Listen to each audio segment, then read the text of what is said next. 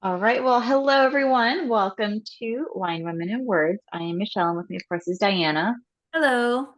And this is actually our first author interview of 2024. Last week, it was just Diana and I. So we are very excited to have Jeanne Mackin with us. We're going to be discussing her newest novel, Picasso's Lovers, which comes out in a couple weeks, if I'm not mistaken. In a couple of weeks. Good evening, and so nice to see you guys. Thank you. So Thank much. you so much for making time for us. No So problem. this is just going to be a whole just nerd out session because Diana and I love just the lost generation era, the artists, the writers, everything about that. And it's historical fiction and it's art. So there are so many things that I'm so excited to dive into. For our listeners who may not yet be familiar with Picasso's Lovers, can you give us an overview of the story? Uh, sure. It has two timelines. One set in the Lost Generation, which I also love, which you just mentioned, 1923, when Picasso was in the south of France doing some work over the summer. And the second timeline is in 1953, with a young woman, Alana Olson, who is trying to get an assignment with the magazine, and the let's say not feminist friendly editor requires her to get an interview with Pablo Picasso, which is almost impossible for her to do because she's broke. He's in France, she's in the United States, but everything kind of colludes and depends on this interview. And she meets one of Picasso's former friends from when he was in France and kind of gets the lowdown on him and some information about her own background that she hadn't anticipated. It's very much a mother-daughter story.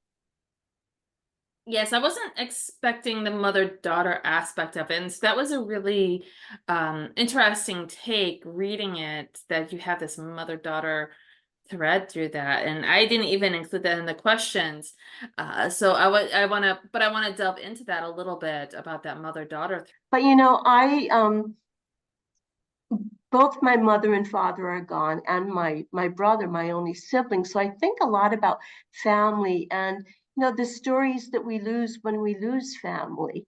And then I started to think, what are our parents like before we came into this world? They have all these stories. I'm sure they don't tell us. Um, and I wanted to kind of explore what it's like for a young woman to discover how little she actually knew about her mother's life and how much there is to find out, and how the discovery of her mother's actuality helps cement their already very strong love for each other after that mother's death. I mean, they just feel they become even so much more connected at that point, even though she's dead. I thought it was worth exploring. Yeah, mother daughter. It definitely is. And in fact, I did leave space on the questions for Michelle. And my questions are quite literally, the question is space for Michelle to nerd out about art. So, with that Well, being said, Michelle, go ahead and nerd out. well, it's timing in the universe is so interesting because just maybe 2 weeks ago, maybe 3 weeks ago, I don't even know how it came up, but oh, I remembers. I have a 9-year old and an 8-year old, and my 8-year old, my son, they were both drawing the same picture, but they drew it in different styles, like in their own style. And my son's was very like abstract. And my mom was here and she said, like, oh, you're more impressionistic. You're like a Picasso.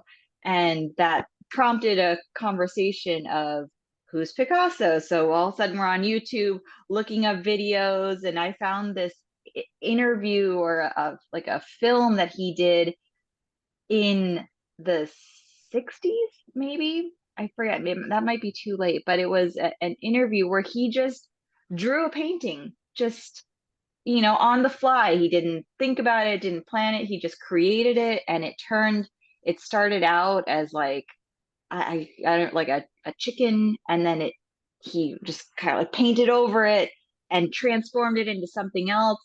And it was just really, that was the first time I had seen a video of him. And I think for a lot of people, or maybe just for myself, there's a kind of a disconnect to how recent artists like Picasso really are in, the time span of history, that he's really a more recent artist, but he's so prolific. He was really prolific. And I love that you saw the video. I read as many biographies of him as I could. And my favorite cover, it shows him as, an older man, probably about the time you're speaking of, if it's the 60s. And he's got a cigar, a lit cigar, and he's using the cigar to draw a smoke line in front of his face. And this older man, he has the look on his face is of a child filled with wonder just at this line. I mean, he was he had a lot of faults as a human being, let's be honest, but he was a brilliant artist, and his love of line, his relationship to line, it's gorgeous. And yeah, it's great that your kids are already drawn. I love it. Did they use They had color a pen or? Oh, they get into anything they can get their hands on, and but it's really fun to hear their questions and see them like watch that video and go like, oh well, he made something else. He's creating something else, and now it's a duck, or now it's a chicken, or now it's a house. And it was a really interesting. I think it was like kind of a like behind the scenes type uh, film of a documentary filmmaker filming him. So it Uh-huh. showed like the camera crew and them telling him like, oh, just do whatever you want. If you want to draw, just kind of, and the light was shining through the canvas, so you were seeing the drawing come to life without seeing him paint it. You're on the other side of the I've canvas. seen that one. Yeah, that's It's gorgeous. really cool.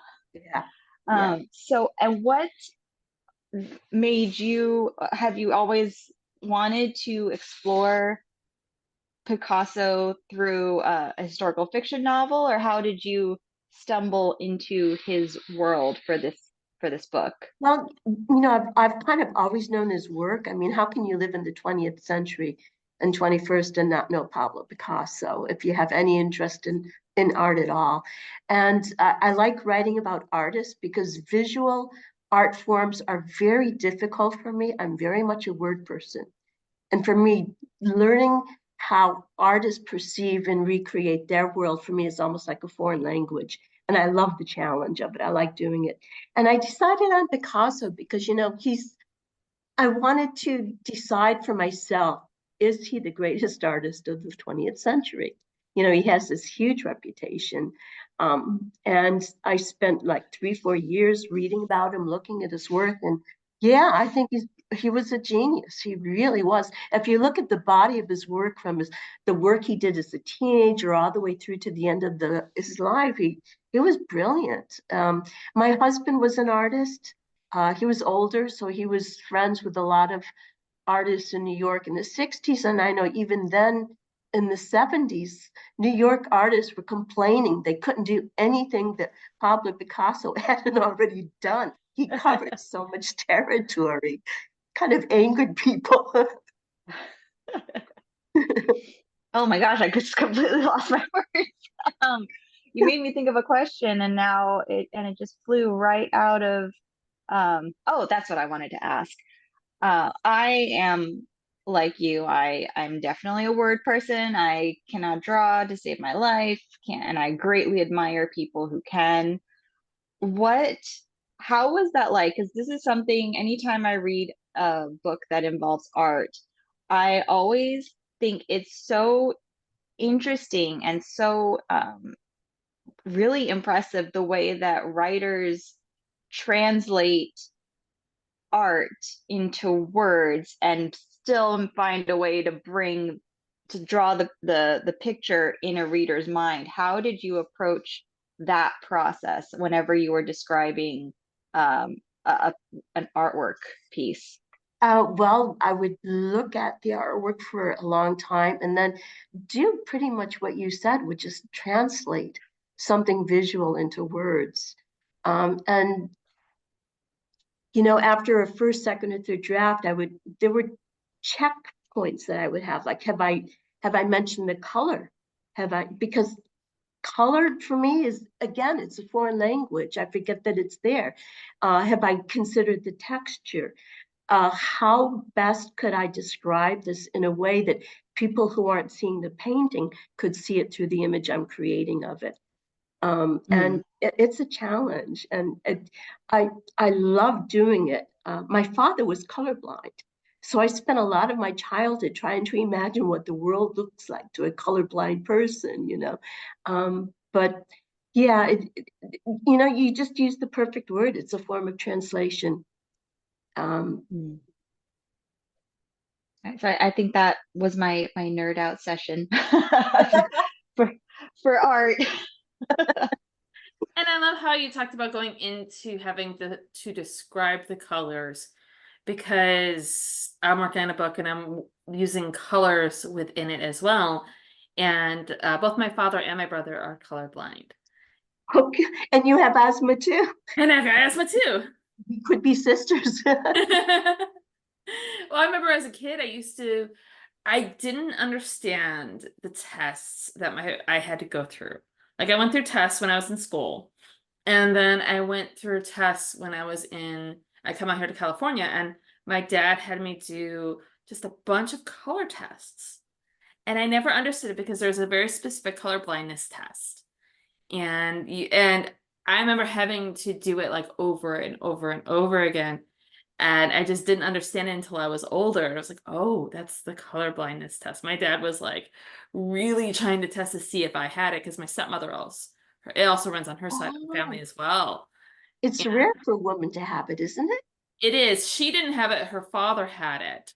Uh-huh. But with the fact that she had it in her line and my father has it, that they did a lot of tests on my sister, like even more so than me. And of course, as I mentioned, my brother has it for sure. They knew he was going to be colorblind. There was no if, ands, or buts about it.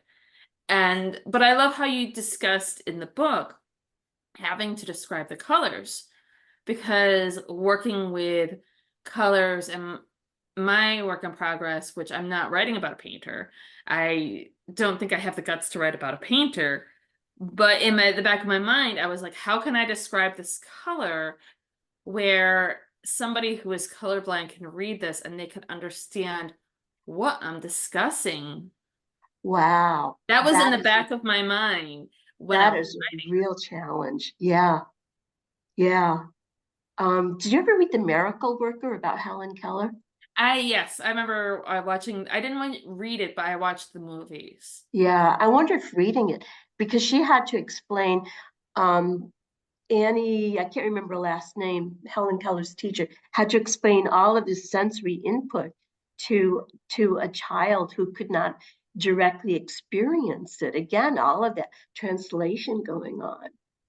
Did Feel your like, testing oh, did I'm your sorry. testing Oh, go ahead, go ahead, go ahead. did your testing turn out okay? Yeah, yeah. Okay. I don't have it, so phew. My husband didn't even. It's so common knowledge in my household that somebody's colorblind that we don't even talk about it. It's just Dad and my brother are colorblind. It is the way it is. And I I forget what it was, but it was like my husband and I had been married for a good chunk of time. And I just happened to mention that, well, my dad's colorblind. So, and it was a story that I told, I think it was about my dad being colorblind and my mom. And it was a funny story. And my husband was like, wait a minute, your dad's colorblind? I did not know this. What the heck? And I was like, oh yeah, it's just It's an everyday thing. Yeah, they, yeah, you work with it. Mhm. My father used to get quite impatient with me if I tested him on it. Like I kind of was semi-teasing him once when we were driving, saying, "How do you know when it's a green light?" And he did not appreciate that. I said, you can see some color. It's not completely black and white. Yeah. My dad hates the term color blindness because he's like, you could see colors, but they're not Exactly. direct. And there's some areas like here in California where my father just won't drive, like certain cities, because you have your standard red, green, or red, yellow, green, and Mhm. it's in a line, one to the other. So you understand those are the colors. This is when you stop and go. But in some cities out here, they have them horizontally instead of vertically. Yeah, that would be risky. You Yeah, know, the thing about artists in color too is that they don't see colors the way we do. I mean, I learned so much from my husband because I remember one day we were looking at snow and there was I don't know, a car or something making a shadow on the snow, and my husband asked me what color the shadow was, and I said black. And he said, "Well, look again." And because it was dark lavender. But if you're not attuned to color, you kind of take it for granted. And shadows are supposed to be black and lilies are supposed to be white, and all of these assumptions that we make, where it's kind of like writing, where to be accurate, you have to really, really observe and go beyond assumption.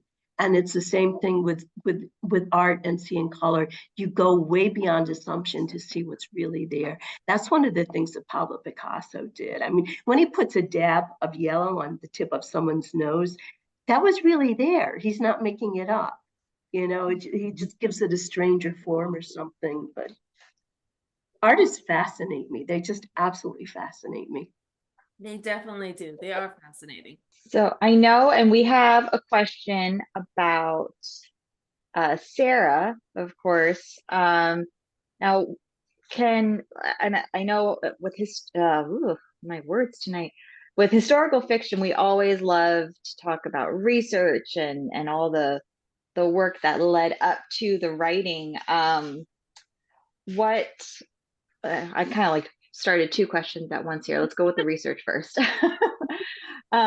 What was, and you mentioned that you included a lot of research in the book. What was your research process as you like prepared and determined what to include and what to leave out from your novel?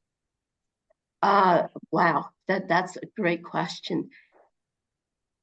Because I knew I was using two timelines, and I don't like to write 800-page novels. I have to really condense the time and kind of stick to 1923 and 1953 and leave a block of backspace that people kind of fill in their own imaginations. So the research really was about centered on those 2 years.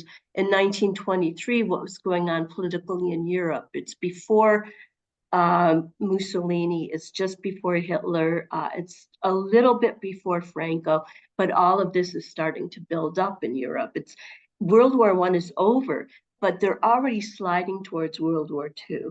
So there was a lot of research on the political situations there, as well as what was Pablo Picasso's style in 1923, because he kept changing styles, and who did he have affairs with in 1923, because he had a lot of affairs, right?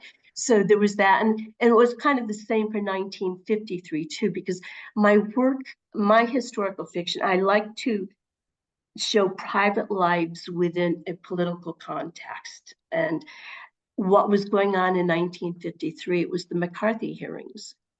And I wanted to include those because I think there might be some general confusion about what McCarthyism was really about. And, people say, oh, well, he just wanted to get rid of the communists in the country.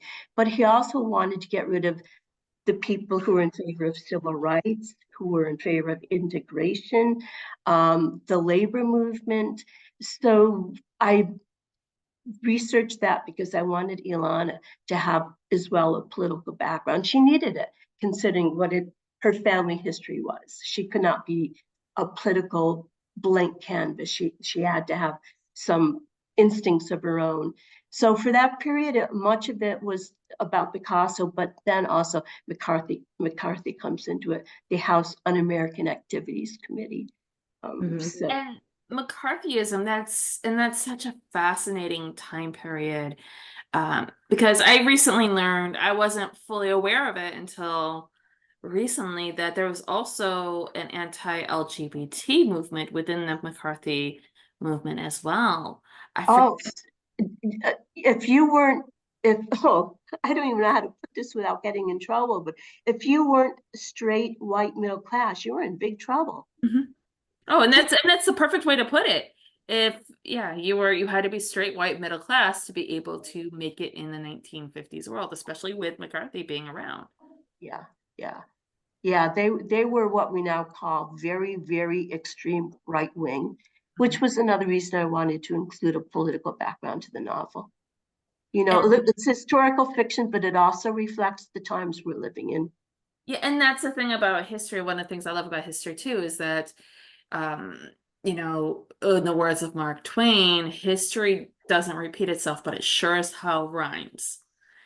And it's one of those situations, like at these times, looking back on the 50s and McCarthyism and like, even like the LGBT community, looking at what happened with McCarthyism and what's happening now in some states currently, it's like, damn, it sure as hell is rhyming Yeah, like it did with it sure McCarthy. is.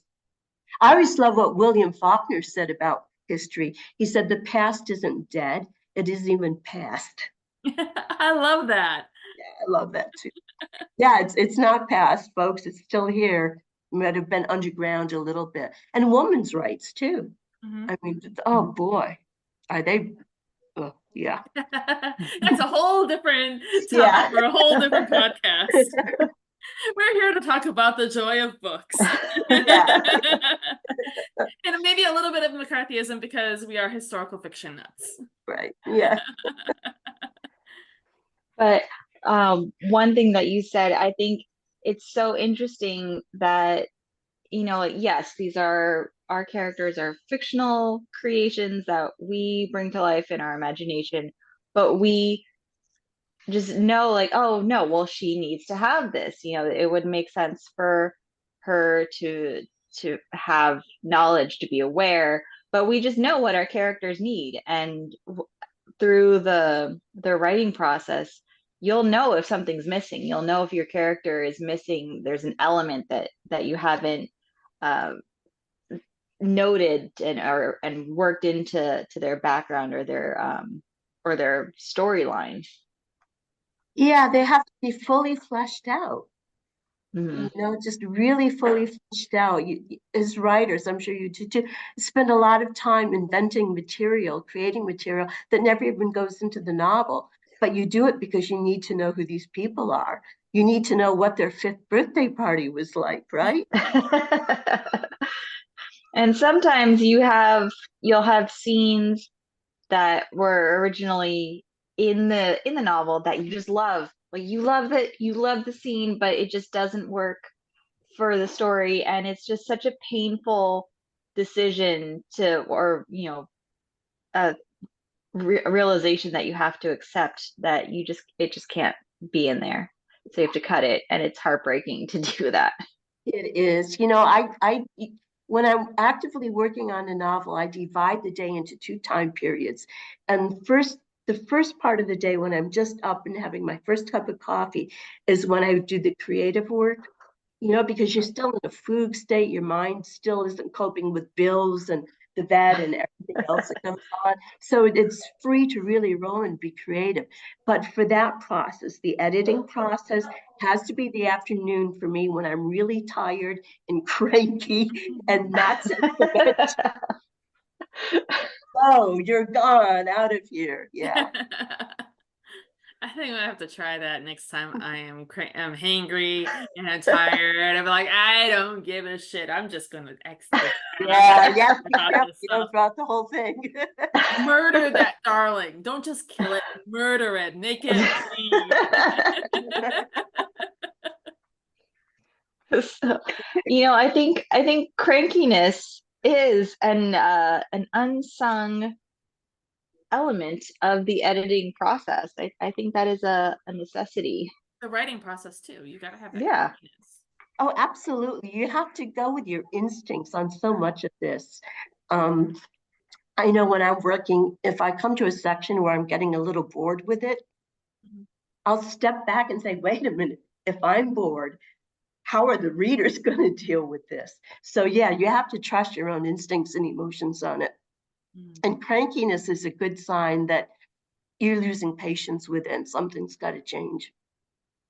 Yeah, and there was once with the book that I'm currently working on that seems to be the be all end all I want to kill something book. And there was a time where I was struggling with the book.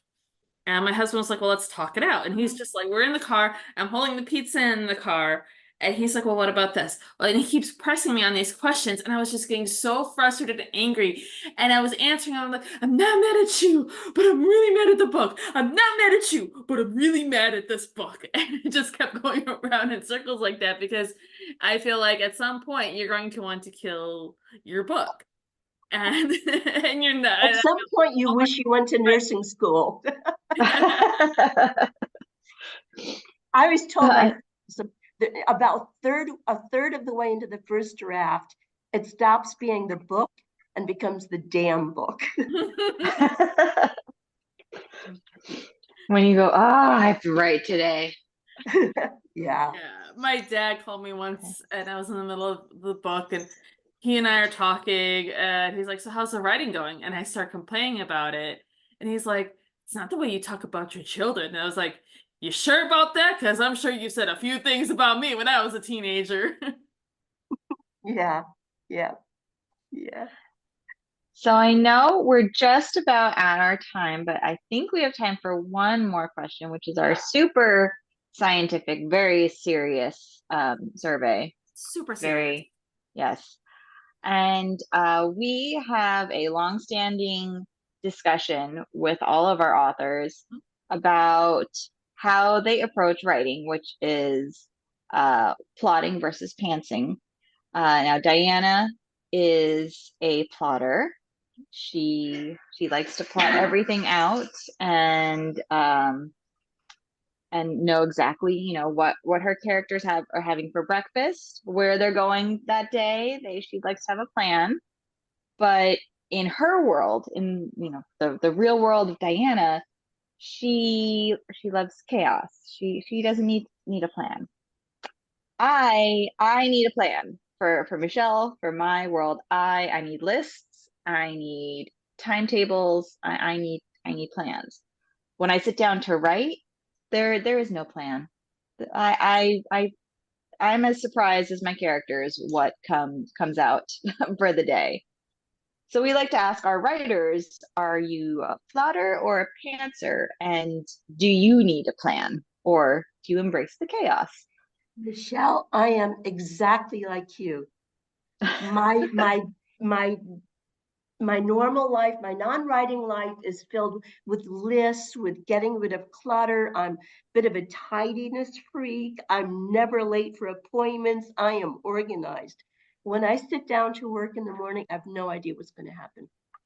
When I start a book, I know kind of what I want the beginning to be, and I kind of know what the ending is going to be. All that always changes.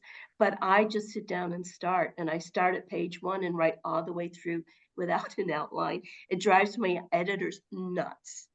They want to know what have we bought here? What's going on?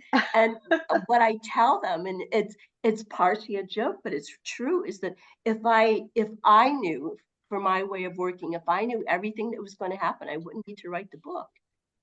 For me, it's as much about discovery as it is for the reader, except I work harder at it with 4 or 5 or 6 drafts. But yeah, it's just sit down and start working. I am amazed that people can do that. I feel like for me, it's I think because I've been exploring, having ADD and how it affects my life, and I feel like a lot of what happens in my life is I'm okay with the chaos. There's certain things about the way have in my life, the way I operate, just it's just natural. It's just part of being an ADD person. And I also realized that hyperfixation is my superpower. And I am never truly focused on something unless I'm writing. And this is something that, like, my husband was just like, I've never seen you so focused on something unless you've got your mind on a book. And I've determined that for me, the outline is just more of like a touchpad where I can, like, a lightning rod. Okay, this is where I can focus myself today. This is where I can focus my things today. Versus if I were to be able to do what you do, with just sitting down to write, which is something I completely just envy, just sit down with no plan and write, I would be off and God knows where. I think my character starts off in Italy and wind up in Jamaica. That's probably what would happen. Yeah, yeah. But the bottom line is there is no right or wrong. I used to teach writing, and I would tell my students, I can't teach you how to write books. I can help you write this one book, but every book is its own problem to be solved, and every writer has to find their own way of solving it. There really is no yes or no right or wrong, one way to do it. I love Absolutely. that answer. And I think that's one of the reasons why we like to ask that question of our authors, because everybody has their own way of doing things Mhm. and their own way of approaching it. And even picking your brain about this book and how you approach things is completely different from how, like, another author next week is going to approach it. And that's the most fascinating thing, I think, for Michelle. I'm speaking for you, Michelle, for the both of us in this podcast, because we could just sit down and just pick authors' brains, because I find us truly, truly fascinating. Mhm. The creative process is, I mean, even to go back with Picasso and his pencil, it's fascinating. I don't know how people enjoy life without engaging in some form of creativity. I mean, it's such a wonderful way to be in the world, to be creating something and to find out your way of doing it is probably one of the most important parts. Mhm. And earlier we were talking about, this is the last thing I promise.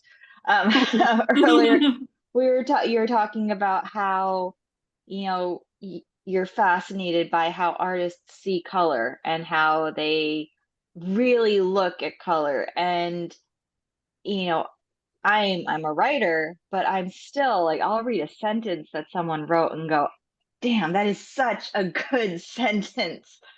Or, or a word choice. And that that blows my mind too. When you read a really good line, it's just like, well done. That, like, you nailed that one. I came across one today. I have to tell you, it stays in my mind. I love it. I'm rereading Angela Carter. I don't know if you've read her or not. Gorgeous, gorgeous writer, and she did a collection of stories called The Bloody Chamber, and they were updated feminist versions of old fairy tales. Her writing is so gorgeous, but I came across this one line today: crows dropped winter from their wings. Oh, I thought, Ooh, oh my God, it's so wow. beautiful. Is that I incredible? love that. Like, see, well done. Well done, Angela. Yeah, absolutely. Yep. So writers do things with words the way artists do things with line and color. Mhm. Yeah. Yep. And then sometimes we make it look easy. It's not, but sometimes it looks No, easy. but you don't want people to see the blood and the sweat and the tears. No. Well, Jeannie, thank you so much for coming to hang out with us. We've had so much fun chatting and just being nerds about everything with you. And for our listeners, the book will come out a week after this airs. So this will be out next week, and your book will come out on the 23rd. But be sure to check the link in our show notes to visit our bookshop on bookshop.org, and you can pre-order, I'm sure, right? Yes. Yes. You can pre-order. As always, bookshop.org supports our wonderful writers. It supports the podcast, but most importantly, it supports all the wonderful indie bookstores out there. I haven't said that in a whole month, And you and did I such a good job. and I didn't stumble once. And thank you again, Jeannie. We had so much Thank fun with you. you. This was a fun conversation. It was great meeting you and talking. Thank you. Enjoy the rest of your evening. Thank you. Time for whiskey, right? Yes. Yes. Bye. Bye Bye. bye.